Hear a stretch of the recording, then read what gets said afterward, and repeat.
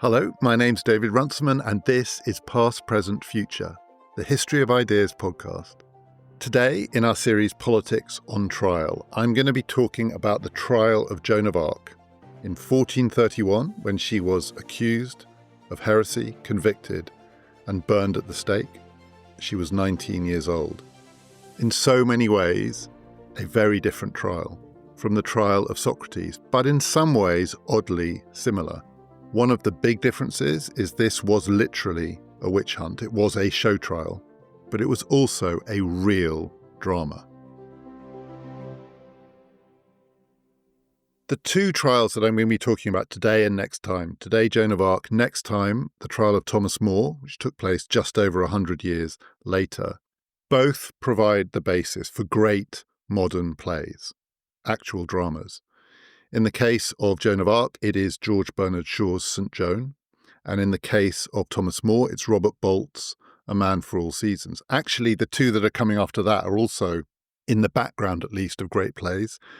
Then it's Mary Queen of Scots, and that's Maria Stuart by Schiller. And after that, The Trial of Galileo before the Inquisition, and that's Brecht's The Life of Galileo. But in those two, Mary Queen of Scots and Galileo, the trial isn't what's on stage in the play. It's a background event. The drama is laid out in a series of more personal interactions. But in A Man for All Seasons and St. Joan, the trial itself is the centerpiece of the drama. It's the climax of the drama. And in both cases, the playwrights have drawn pretty heavily and pretty accurately on the transcript of the trial. And in both cases, there is an extensive transcript, which we have to believe is relatively accurate. I mean, it's presumably not entirely accurate.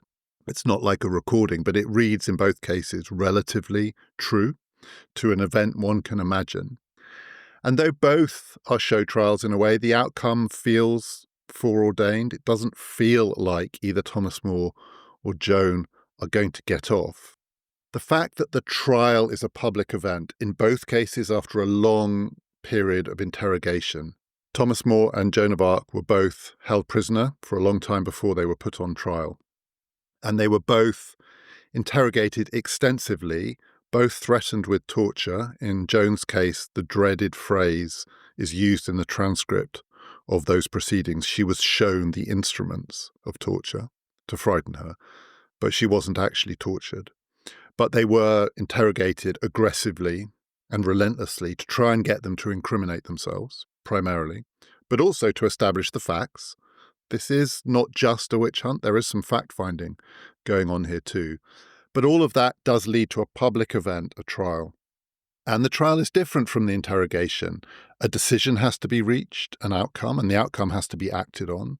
But also in the trial, the accused gets a chance to speak to the charges and also to speak, if possible, after the verdict has been announced, at least to take a position on the verdict that has been announced. So for all those reasons, though show trials, these are also extraordinarily dramatic events. And in both cases, the plays are gripping, and the trial is the essence of what grips. For St. Joan, George Bernard Shaw's play, he wrote, as he did for all of his plays, a very long preface to the drama itself, which is quite irritating. George Bernard Shaw is quite an irritating writer, very didactic, slightly patronizing, explaining to readers, audience, critics what this play really means so they don't misunderstand it, but also fascinating because everything he wrote is fascinating. And he explains how he understands the trial of Joan of Arc by comparing it to other trials, other political trials. And he starts in the very first section of his preface with a comparison with the trial of Socrates. The beginning of the preface is called Joan and Socrates. And George Bernard Shaw argues that there is a similarity, a relationship between these two trials. And the relationship is that both of the accused, Socrates and Joan, were, in his words, innocents. He doesn't mean by that they were innocent of the charges. He thinks they were both always going to be found guilty of the charges. What he means is they were innocent in a sense. They were out of their depth. They found themselves in a situation which was governed by the laws of politics, essentially. They were going to be found guilty because the system required it. And they didn't know how to defend themselves because they couldn't find the language to address the politics of the situation. So Shaw portrays Socrates as a confused old man in his trial, lashing out, but also looking for the grounds on which he can engage with his accusers and explain to them how they're wrong. And Shaw suggests that Socrates doesn't really know what he's doing in that trial, which I have to say is completely unconvincing. I think a total misreading of what happened in that trial. I didn't get the impression at all, reading what we know of Socrates' defense, that he was out of his depth or didn't know what he was doing or was a confused old man. I think he knew exactly what he was doing. Maybe in the case of Joan, the phrase "an innocent" is more appropriate. Socrates was a 70-year-old man. Joan was a 19-year-old woman. Socrates was highly educated, to put it mildly. Joan wasn't. She was from a part of France where she really had no experience of the kind of situation that she found herself in. So in that sense, maybe it makes sense. But actually, I would say there's another way of characterizing what these two trials, Socrates and Joan of Arc, have in common. And it's this, which is that in both cases, the person being accused couldn't acknowledge the terms on which the accusation was being made without denying who they were. So for Socrates, it's not really a defense because in the end it's not going to work and he knows it's not going to work. But what he does end up saying is, I'm Socrates, you know I'm Socrates. I've lived this life for 70 years. You all know me. I've been doing this forever. And to accuse me now of this being some kind of crime against the city would require me to deny who I am if I was to acknowledge that. My whole life wouldn't make sense if I was to acquiesce in these proceedings, to at least agree the terms on which you are accusing me. So when he repeatedly said, why now, why now, why now, that's what he was saying. I am who I am. What's changed? What's changed is you. In the case of Joan, it can't be that sort of argument. She can't say, I've always been this person, because she's 19 and no one knows who she is until the previous couple of years. And even then, the whole point of the trial is no one believes she is who she says she is, and who she says she is someone sent by God. The trial is to interrogate that claim, and indeed, the argument of her accusers is that that claim is heretical, and that's, in the end, how and why she is convicted. So she can't say, my life is the thing that gives the lie to the terms on which you're accusing me. But I think she can say, and almost it is the subtext of everything that she says in her interrogations and in the trial itself, is you want me to deny my story, and you want me, my accusers, to deny the terms on which I understand my story. So Joan understands her story as a genuine, God-given mission in which angels came to her and spoke to her and told her what she should do. And then she went and did that thing, and it turned out the angels were right, and the thing they told her to do, which seemed impossible, was possible. And on the basis of her instructions from God, she changed the course of history. And that's how she understands her short life. And her accusers want her to deny that. That can't be right. You can't be sent from God. Why did God pick you, this nobody from nowhere, and above all, a woman, indeed a girl? Why would God pick a girl for this historic role? It doesn't make sense to us. And she says in response, implicitly, not explicitly, though occasionally explicitly, how else am I meant to make sense of my story? If it's not divinely ordained, it's impossible. And you can see her point. If you think about what happened to her, she was living a completely obscure life in a village called Domremy in northeastern France. And no one knows at what age, but say around the age of 13, 14, she started to hear voices and to see visions. And again, no one knows what the basis for this. There's endless speculation about the medical or psychological or psychosomatic basis for some of this. And is this manifestations of mental illness? Could be all sorts. Doesn't really matter. She clearly believed in these voices, these visions. Something happened. And they told her to do this extraordinary thing when she was 16, to go and find the King of France a young king called Charles VII, who had effectively lost his throne. He'd been driven back by his enemies. There was not just a civil war, but the 100 Years' War going on at the time, so the English were deeply involved. And the English-Burgundian alliance was dominant at this point, barely more than a decade after the Battle of Agincourt. The English were winning and their allies in France were winning, the Burgundians. Charles and the Armagnacs, his side, were losing. And he was on the retreat. He was in an abject situation. And Joan was told by these voices, divinely inspired from God, to go and find the king and to communicate with the king messages that were shared with her and only with her by St. Michael and St. Margaret and St. Catherine. These are the saints that she communicated with and through. And on the basis of that, she was to restore Charles to his rightful place. First of all, at the head of his army, she put on armor and she became effectively the leader of this ragtaggle band who were really struggling to fight back. And she led them to a series of victories, including relieving the siege of Orleans. She turned the tide and she got Charles crowned. And there was a coronation ceremony in Reims. And Charles was crowned thanks to Joan. She made him king again, in a sense. And then she was wounded. She carried on fighting against some people's advice. And eventually she was, I think in her own mind, betrayed and certainly captured and handed over to the English. The English handed her over to an ecclesiastical religious court. That court charged her with heresy and burned her. But before the charging and the burning, the story, as Joan understood it, was that the voices were true. And the reason she believed that is the most incredible, incomprehensible story. Imagine being that girl. What would you think about those voices if, after they told you to go and see the king, and there's no reason to think this isn't true, that this is mythical, she did find the king and she did communicate with the king, and the king did in the end allow her to lead his forces, and she did relieve the siege of Orleans. And he was crowned, and it was understood that he was crowned thanks to her. And then she was wounded, and then she was captured. That story doesn't make sense to the person living it as caused by something other than the voices. So the comparison, I think, here is with someone who has had a dream, and this does occasionally happen. Think of all the dreams that people around the world are having every night, millions, billions of dreams. And some of those dreams are very specific. They come almost in the form of a message. This will happen and that will happen. And this person will speak to you and that will be the outcome. Or you'll find a piece of paper hidden here and it will change your life.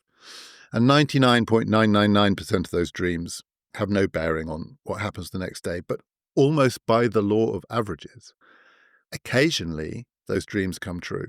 Very, very, very occasionally. Someone dreams something so specific and then it happens. Now, if you were that person, it would be very hard, even if you were a rational and skeptical person, to believe it didn't mean something, to think it was just random. This thought came into your head, and then the next day it happened. And that's if you were a rational, skeptical person. If you were a young girl in medieval France, brought up in a time of superstition and magic and deep religious belief, how the hell else are you going to explain it? And if you're asked to deny it, you're being asked to deny the only thing that can conceivably make sense of your experience. I found myself thinking of Joan of Arc just the other day when watching a short interview with the brother, one of the two brothers of the new Pope, Robert Prevost, who is now Pope Leo, grew up as, I think, the youngest of three brothers in Chicago, on the south side of Chicago. And his brothers, who are very different characters, have given various interviews. One of the brothers gave a very touching, very moving interview, not long after it had been announced that his younger brother, his baby brother, was going to be Pope. And he said, we had an ordinary upbringing in Chicago. We were ordinary kids in that me and my other brother, not the Pope one, we liked to play cowboys and Indians, cops and robbers, whatever. We played with guns. We were a little bit wild. Our mother wasn't thrilled with some of our behavior. But Robert, he was a different kind of kid. And weirdly, even when he was quite small, he liked to play at being a priest. And his games, his fantasies were acting out various ceremonies, ones that presumably he'd witnessed as an altar boy. And he would give us benediction and things like that. Everyone knew it was a kind of joke. He was very young, and it was thought to be a little odd that he got his childhood pleasures out of pretending to be a priest. But of course, the brother said, we used to tease him, yeah, one day you're going to be Pope. And in the interview, he almost gets a look in his eyes, the brother talking about it now, when the penny drops again, as it must have been dropping clangingly for days. Oh my God, and now he is Pope. And you can almost see coming across his face a feeling, if you're on the inside of that story, you grew up teasing your baby brother that he was going to be Pope because he liked to play Pope. When we were playing Cops and Robbers, he played Pope. And now he is Pope. And not to think there's more going on here than just chance. This is, for us at least, inside this story, this is something to do with God. But it's also true, seen from the outside, that there must have been, I mean, maybe not that many, but around the world, thousands, I don't know, tens of thousands of little boys over the years who have played at being Pope. Catholic boys in devout Catholic families, maybe because their brothers are doing something else, they want their own game. And there must have been countless occasions within families where the joke was, you're going to be Pope one day. So we don't hear about those families. They don't get interviewed because it didn't happen. And so we know that in a sense, someone, I mean, maybe not exactly someone who pretends to be Pope when small gets to be Pope one day, because it could easily not happen. But the fact that it happens once, given there must be a vast number of kids to whom it didn't happen, slightly takes the this is a divinely ordained event aspect of it out, but only from the outside. There is no way, I'm not a Catholic, I'm not a believer in that sense. There is no way, if I was on the inside of that story, I would accept the people who just want to say, oh, well, we can explain this in terms of probabilities, because your probability from the outside would be my experience from the inside of something that there is no way I'm going to give up the feeling that something weird happened to my family and it wasn't just chance. And that's Joan of Arc's story. She's not going to accept, and she refuses to accept, that what her accusers want her to acknowledge, this story cannot make sense in her terms. She can't accept it any more than Socrates can accept what his accusers want him to accept, that he is a corrupter of the young and a threat to the city. Because what then was his life? What then is her story?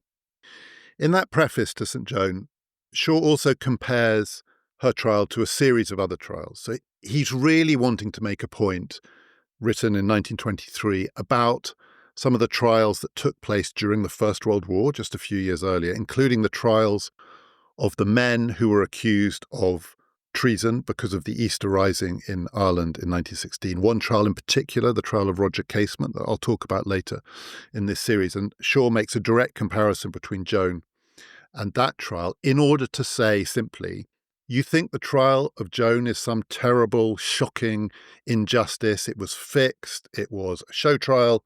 Nothing about it has anything to do with justice. You're the innocent, dear reader, dear critic, if you think that, because all political trials are like that. All trials in which a political system feels itself on trial are just as fixed and rigged as the trial of Joan. And actually, Shaw says, her trial was in many ways a lot fairer than some other more recent trials, including the trial of Roger Casement. If you read the transcripts, there is a feeling that her interrogators are genuinely trying to find an explanation of what happened. There is a sense in which they are not simply putting words into her mouth until she says the things that they wanted to say so they can hold her up and say, witch, burn her. There is an extensive interrogation of her, which is more like a conversation than it is like someone being threatened with terrible things unless they say what they have to say. And it's true, reading the transcripts, some of it does go down some weird and slightly wild rabbit holes. It doesn't feel as though the interrogators are fully in control. And there is in their questioning curiosity as well as a determination to make sure that in the end they've got Joan where they want her. But Shaw also says this isn't the only trial of Joan of Arc. So she was tried in 1431 and she was convicted. A generation later, there was another trial. And at that trial, the people who were in the dock were the people who convicted her first time around, because a generation later, 30 years or so later, everything's changed in the 100 Years' War. Different people are on top.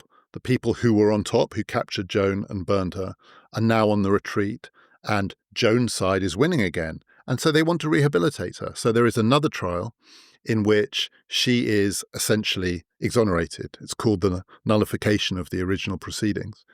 And Shaw says the way that trial treated Joan's original accusers, particularly the primary accuser, a man who interrogated her and presided over the proceedings, Bishop Pierre Cauchon, who is in Shaw's play.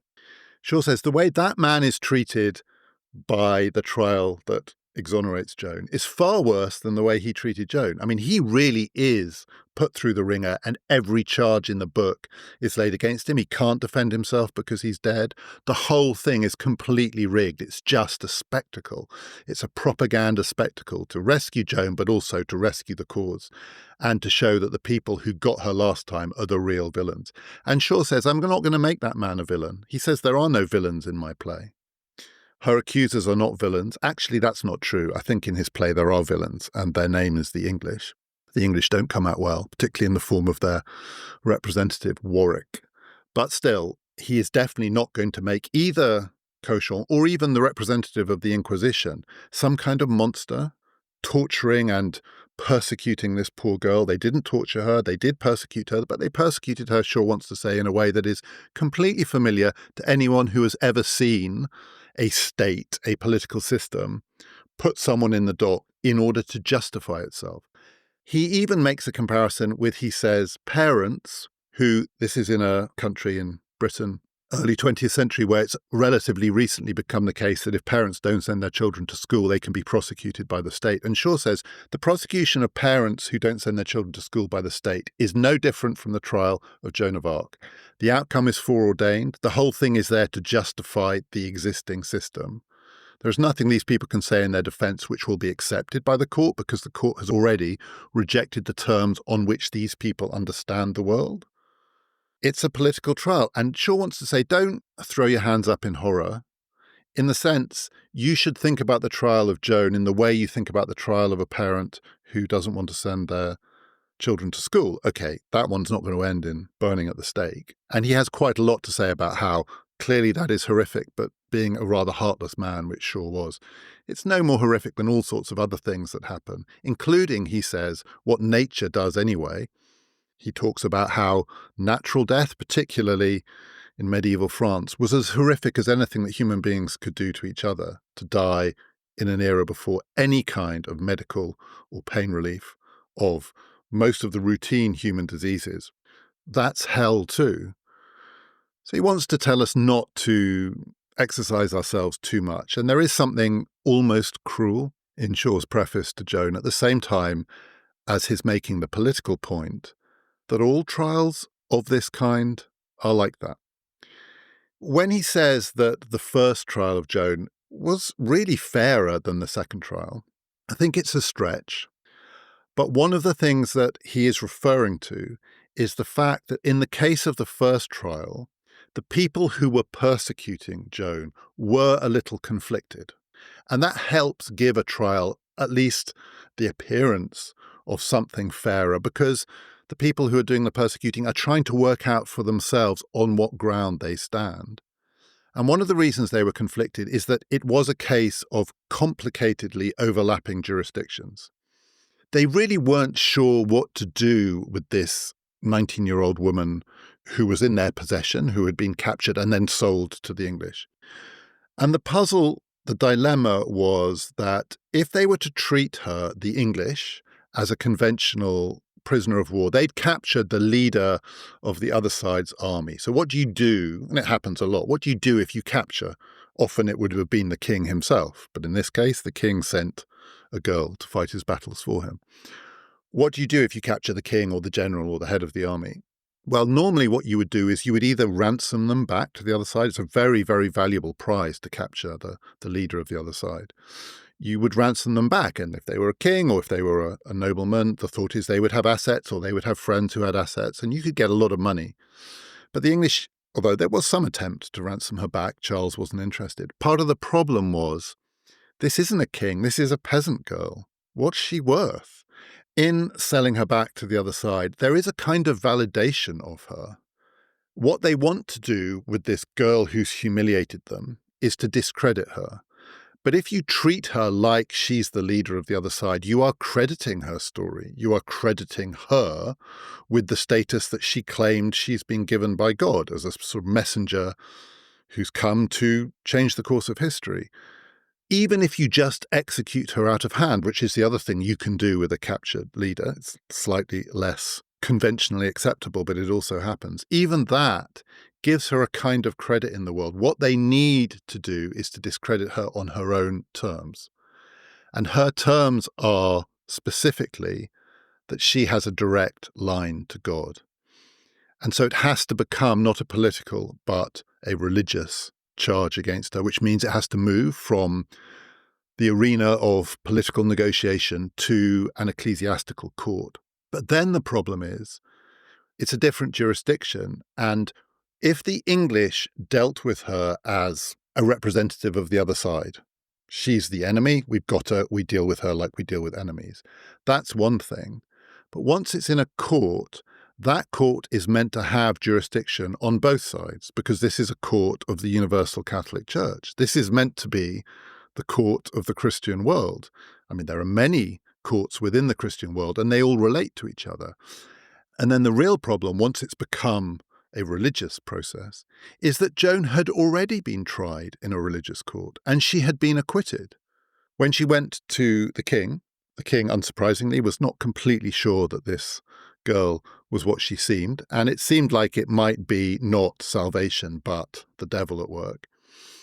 And so he sent her to Poitiers, where she was interrogated by a very distinguished panel of bishops and clerics, actually more distinguished, higher ranking than the court that was going to convict her of heresy and burn her. So then there's a challenge that she's been acquitted by a higher court within the same jurisdiction as the one in which she is now being charged. So the only way it was going to work would be if the line that the higher court had taken, which was, we have interrogated this girl and we have found her to be chaste and pure and pious and sincere. We ourselves are somewhat baffled by the story that she tells us. Now, we're not completely comfortable with the idea that St. Michael has given her a vision which will tell her how to liberate the king and the king's cause, but broadly speaking, that court was on the king's side. It was his court. And so they were going to find for what they thought he wanted. But they found for Joan in terms that the later court had to reject, had to undo. And the only way that was going to happen was to show that she was not chaste. They tried to show she wasn't a virgin. They didn't succeed. That she was not pious. That she was actually a witch.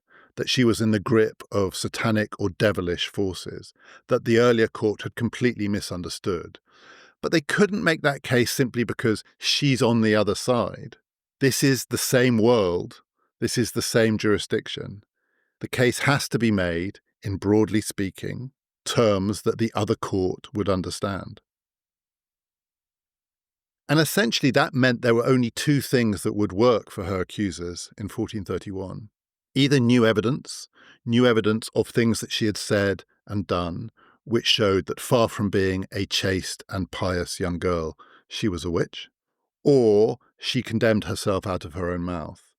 In the course of interrogation or trial, she said things that showed that she herself was willing to acknowledge these voices were demons. They wanted her to do the second. They spent a lot of time digging around in her past, going back to the village she came from, Domremy, looking for evidence of witchy behavior. And it was a real struggle for them. So part of the reason the process was so drawn out is it was hard to get Joan to condemn herself out of her own mouth, and they really struggled to find much convincing evidence. By the time they got to the point of charging her, the first charge list against her consisted of 70 offences, 70. And to read it now, and I suspect even to read it at the time, it's kind of desperate.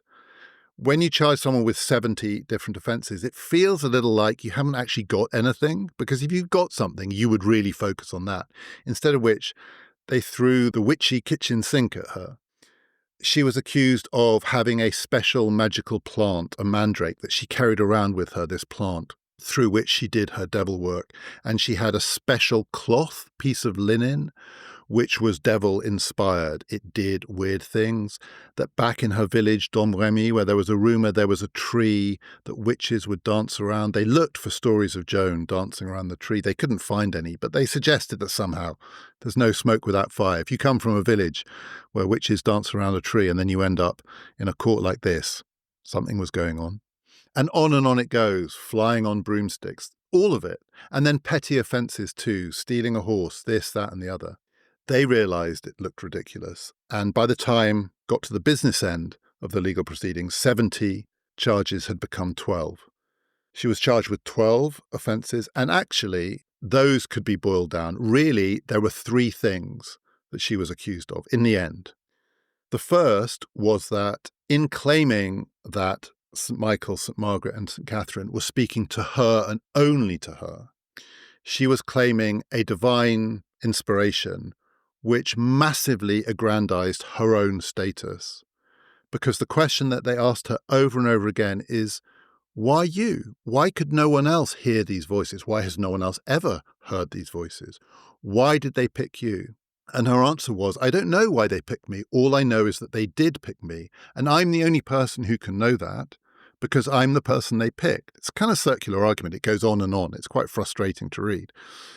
But basically, she ends up saying, I can't answer your question except to say, I know it, but the reason I can't answer it in terms that you would understand is you don't know it because they didn't come to you.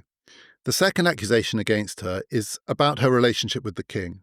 She communicated with the king secretly, privately, King Charles, the enemy of these people, King Charles VII. What did she say to him? If he's the king of France and she's a peasant girl, why could she not communicate this publicly? Why did she whisper in his ear and tell him things that, to the point that she is taken to the stake, she still will not reveal what she said or what he said back to her? In that secrecy, in her refusal to let the world know what passed between them, she condemned herself, they said, out of her own mouth. If she had acknowledged what she said, it would be different. But if she won't tell them, it must be something bad. And then third, and it's amazing how much time is spent in this court case on this matter, the third thing that they got her on in their own minds was she dressed as a man and she refused to wear women's clothes. And this comes up over and over again. And almost every time they get stuck in one of their interrogations or in the trial itself, her accusers come back to this question. Why are you dressed as a man? Why? Not just did you wear soldier's clothes, bad enough, armour, but even after you've been captured, you want to dress as a man and not as a woman. That is heretical. That is going against the God-given order. There is a very, very clear order of things. Shaw writes about this in his preface in a very George Bernard Shaw kind of way. He's totally on Joan's side, and he says it's ridiculous that these people objected to what he calls her rational clothing. That's the term he uses. It is rational for someone like her to want to dress simply because Shaw thinks fashion is ridiculous. Shaw thinks the conventions by which certain people wear certain things are ridiculous. And the rational thing is to wear comfortable clothes, useful clothes, clothes that suit your line of business. Well, she's in the soldiering business, so of course she's going to dress like that. In the same way that Shaw thought Esperanto, the universal artificial language, was rational. It was irrational for everyone to speak a different language. There's something a little innocent about Shaw's view that fashion could be talked out of business if people were just a little more sensible about what was useful. This is not the argument that's being had in the trial of Joan of Arc.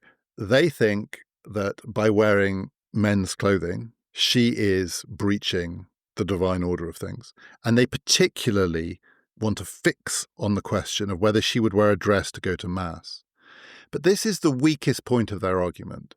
First of all, because she says, yes, I will. I will wear a dress to go to Mass. It doesn't really matter what I wear to go to Mass. So if you want to put me in a dress, if I go to Mass, what will happen is I will be in communion with God. So it doesn't really matter what clothes I wear. It's fine. But outside of church, I have good reasons for wanting to dress as a man.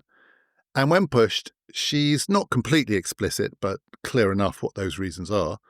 She knows these people want to accuse her of being unchaste. So she's Joan the maid, the maiden. her virginity is absolutely crucial to her defense, which is that she is a good, pious Christian girl. And she's also a soldier, which means that she lives among soldiers.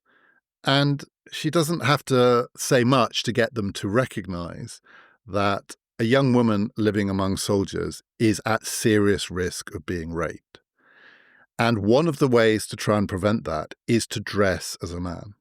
That is her defense. It's a practical one. You can't want me to be two things at once, dressed as a woman and also chaste among soldiers. Of course, what they want is for her not to be a soldier, but that's not the point at issue for them, because once they start to talk about Joan as a soldier, they've got off the question of heresy and they're back in politics again. This is why this trial is a kind of nightmare for her accusers. So on that one, she gets the better of them. They never really pin down exactly why dressing as a man is so awful for this defendant, except she's a woman and we just don't think it's right. But she has an answer for them. On the question of her relationship with the king, this is almost where she comes across as most like a girl, like a young woman, innocent woman, the woman who had visions back in the village. And presumably lots of young women had visions back in their villages. This is an age of magic and superstition. There was all sorts of stuff floating around. She had hers, and they were specifically about the king. Maybe a lot of young women were having visions about the king. I mean, it's quite a common fantasy in a way. The most famous young man in your world is somehow calling you to come to him. And this is a call from God in this case. The difference in Joan's case from all of the other young women who might have thought that the king was calling them is that she went. And it turned out in a roundabout way that he was. You know, it's like a 21st century fantasy about a young girl and a world-famous rock star. Millions and millions have the fantasy, but in the case of the one for whom maybe it comes true, that cements a very particular kind of relationship, a special, almost sanctified relationship with the object of the fantasy, because you're the only one for whom it's not a fantasy. And when they pressed her over and over again, what did you say to the king? Why is it secret?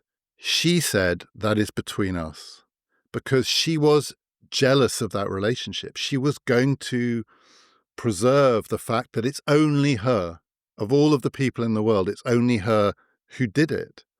It's only her dreams that came true. She's not going to give them up by treating her communication with the king as part of other kinds of exchanges between other kinds of human beings. She won't allow that it wasn't special. So in that sense, she doesn't condemn herself out of her own mouth, but she has no defense because she can't give it up.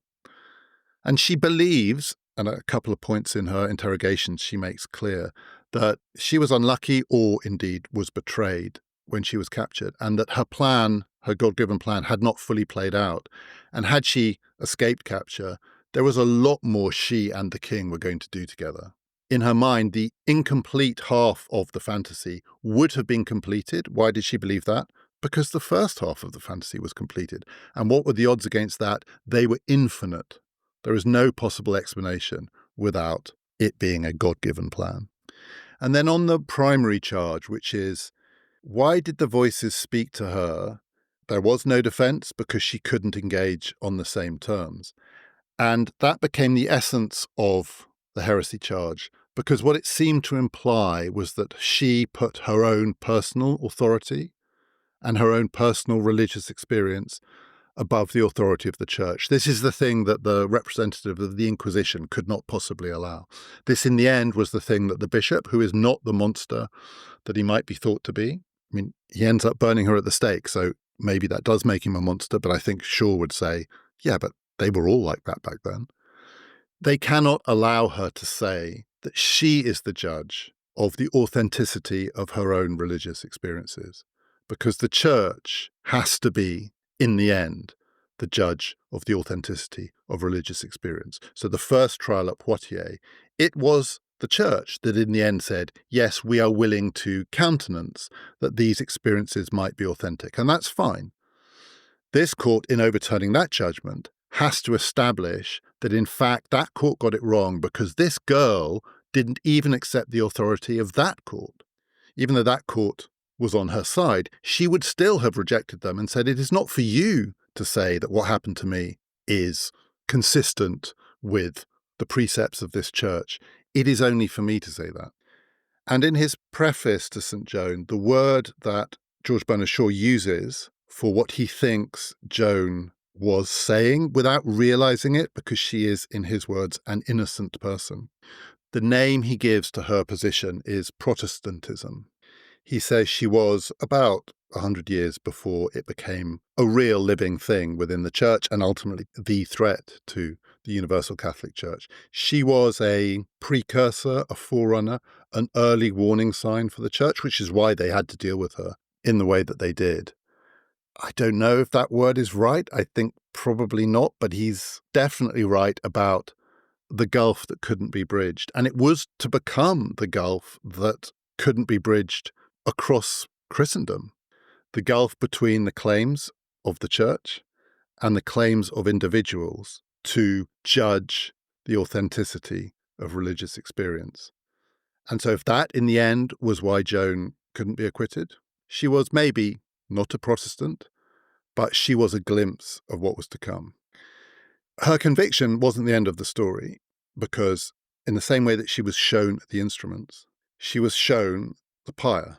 She was shown the stake at which she would be burned. And the story is, and again, there's no reason to think it's not true, that the English had built this stake. The English were the ones behind all of this, and the English were the ones who were in charge of the practicalities, let's put it like that. And part of her defense against the accusation that she's still wearing men's clothing is, if you didn't want me to wear men's clothing, why did you leave me in the care of the English? Because the English are basically monsters, and I'm one full step away from losing my chastity. If you had put me in a nunnery, if you had kept me somewhere where I was safe before this trial, then I could have dressed differently. But if you leave me with these people, the English, I have to do everything I can to protect my honour. And it is suggested that she had a pretty rough time, though it's not, I think, believed that she was raped while she was being held. The English were the ones who jailed her. The English were the ones who made sure that she didn't escape. She made one earlier attempt to escape by jumping out of a tower. That was also one of the charges that was thrown at her. You jumped out of a tower heedless of your own life. You say you did it because your voices told you to try and escape. Weren't you actually trying to commit suicide, which is against God's law? To which her response was straightforwardly, I was a prisoner. What do you think prisoners do? If the voices told me to escape, were they wrong? They didn't get very far with that accusation. But the English were responsible for the practicalities. The English built a pyre and a stake on top of that pyre, which was high enough that and this word seems inadequate, but the merciful option that was usually allowed in these cases when someone was being burned to death, which is when it was too terrible, to put them out of their misery by slicing their throat or killing them, was not going to be possible in this case because no one would be able to reach. And she was shown this, and Joan recanted.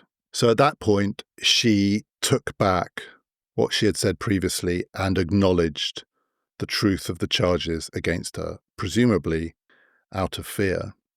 In the play St. Joan, Shaw has the English, the representatives of the English, make the straightforward case as the trial is coming to its conclusion, that they now need to burn this woman, because if they don't burn her, she's going to be empowered by this experience. Like, once you've brought your enemy to trial, and they're just thinking in friend-enemy terms, they're not that concerned about the theological niceties.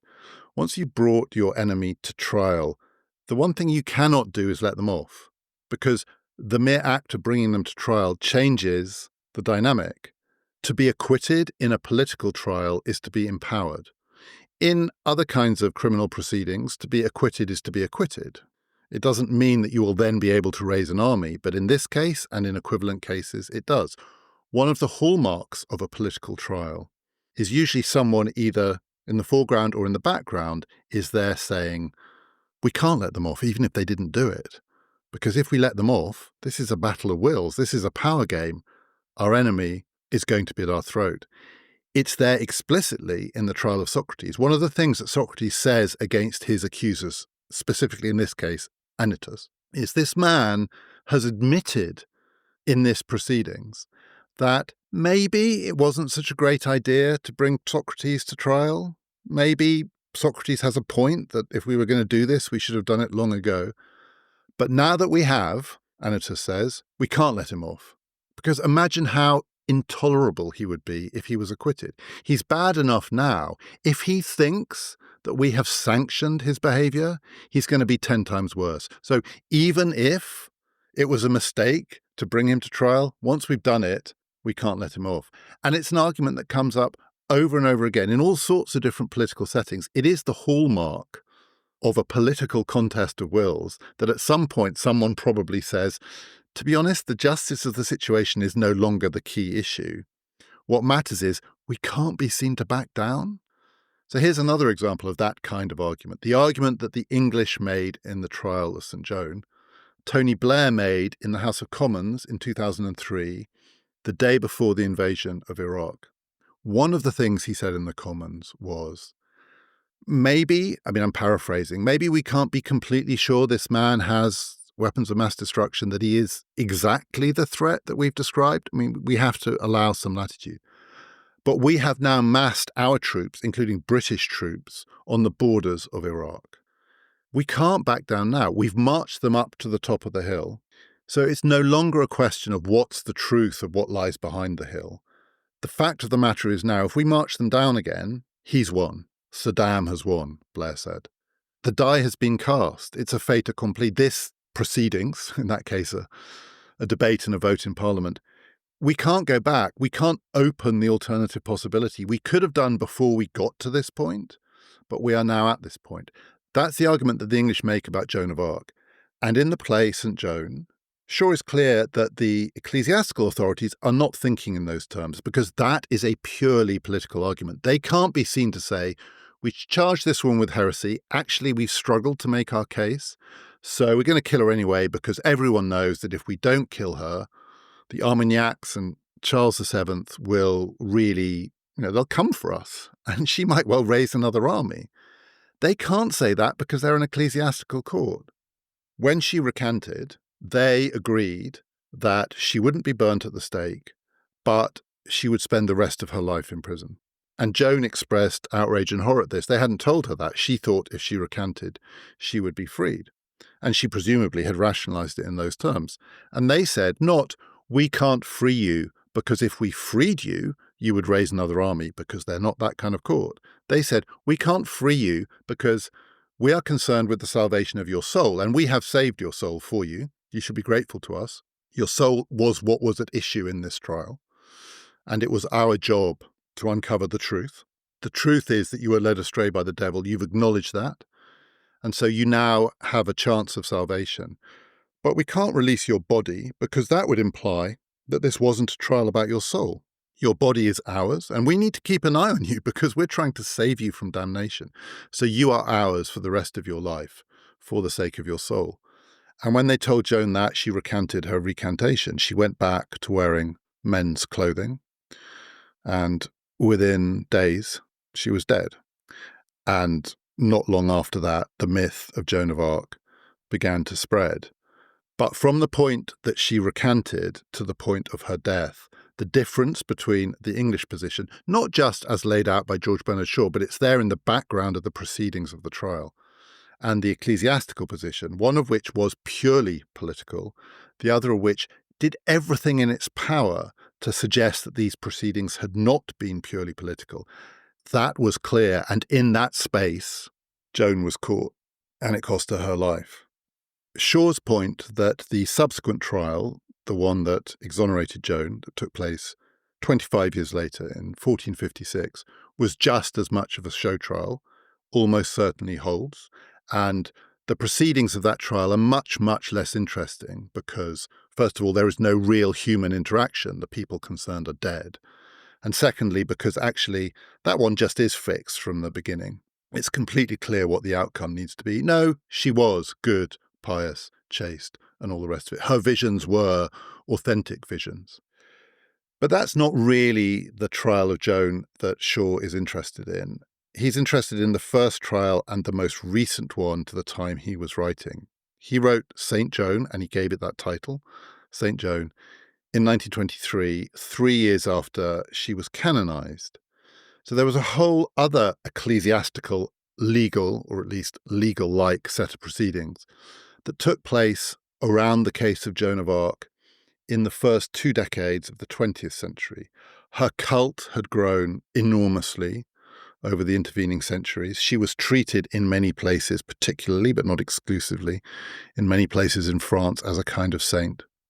And slowly the movement grew that she should be canonized. It's a complicated process to become a saint in the Catholic Church, and all sorts of tests have to be passed. There are proceedings not a million miles away from the proceedings at Poitiers, when the living Joan, then just a girl, was put before these bishops and clerics and interrogated to find out whether she was as good as she said she was. In the canonization process, this has to happen on behalf of the saint, but the evidence still has to be gathered of miracles and other things. And also the case has to be built that this story could only be the story of a saint. And it wasn't a straightforward process.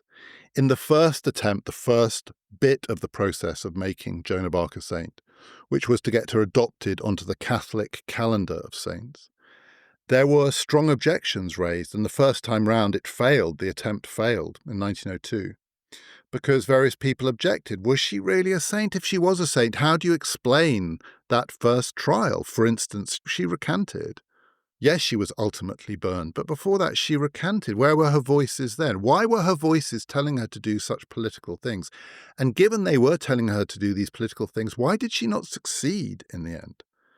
I mean, in the end, her side kind of came out on top 25 years later, but in her own lifetime, she failed. She was captured. Why did they allow her to be captured? Why did God allow her to be captured?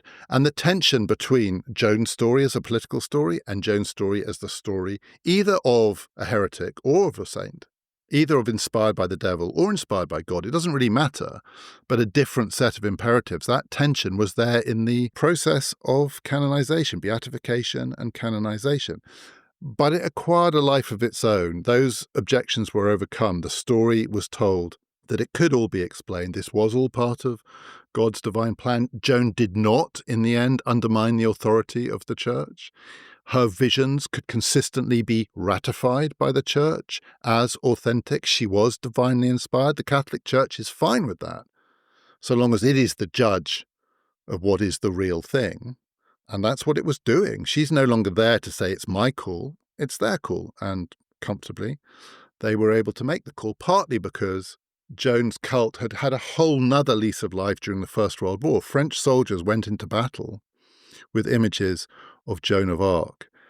The French and the English were on the same side in the First World War. The English had murdered Joan of Arc, getting their ecclesiastical stooges in this version to do it for them. But in the First World War, she was on the banners of armies that were joint English-French armies that triumphed. That war was won against the evil, the devilish Germans. And Joan was part of the storytelling of that war. You go into battle, English, French, with Joan of Arc on your banner and you win. Who's to say that didn't help? Who's to say there wasn't divine inspiration? The First World War was still a war being fought by sides, all of whom claimed God's ultimate sanction for their victory. Someone is going to be disabused of that, but then come up with various explanations which might explain why God works in mysterious ways. But the winners may well feel sanctified, and they were sanctified by Joan. In the end, the momentum to make Joan of Arc Saint Joan in 1920, which is why Shaw wrote a play about her in 1923, was unstoppable. The story transcended politics. Her saintliness was no longer a question of which side she was on. She spoke for all people, for all humankind, in her purity, in her sanctity, in her extraordinary story. And yet, the reason that she became a saint in 1920 was largely political. It was the inspiration of her role in the First World War. Even saints, maybe even especially saints, have a political history.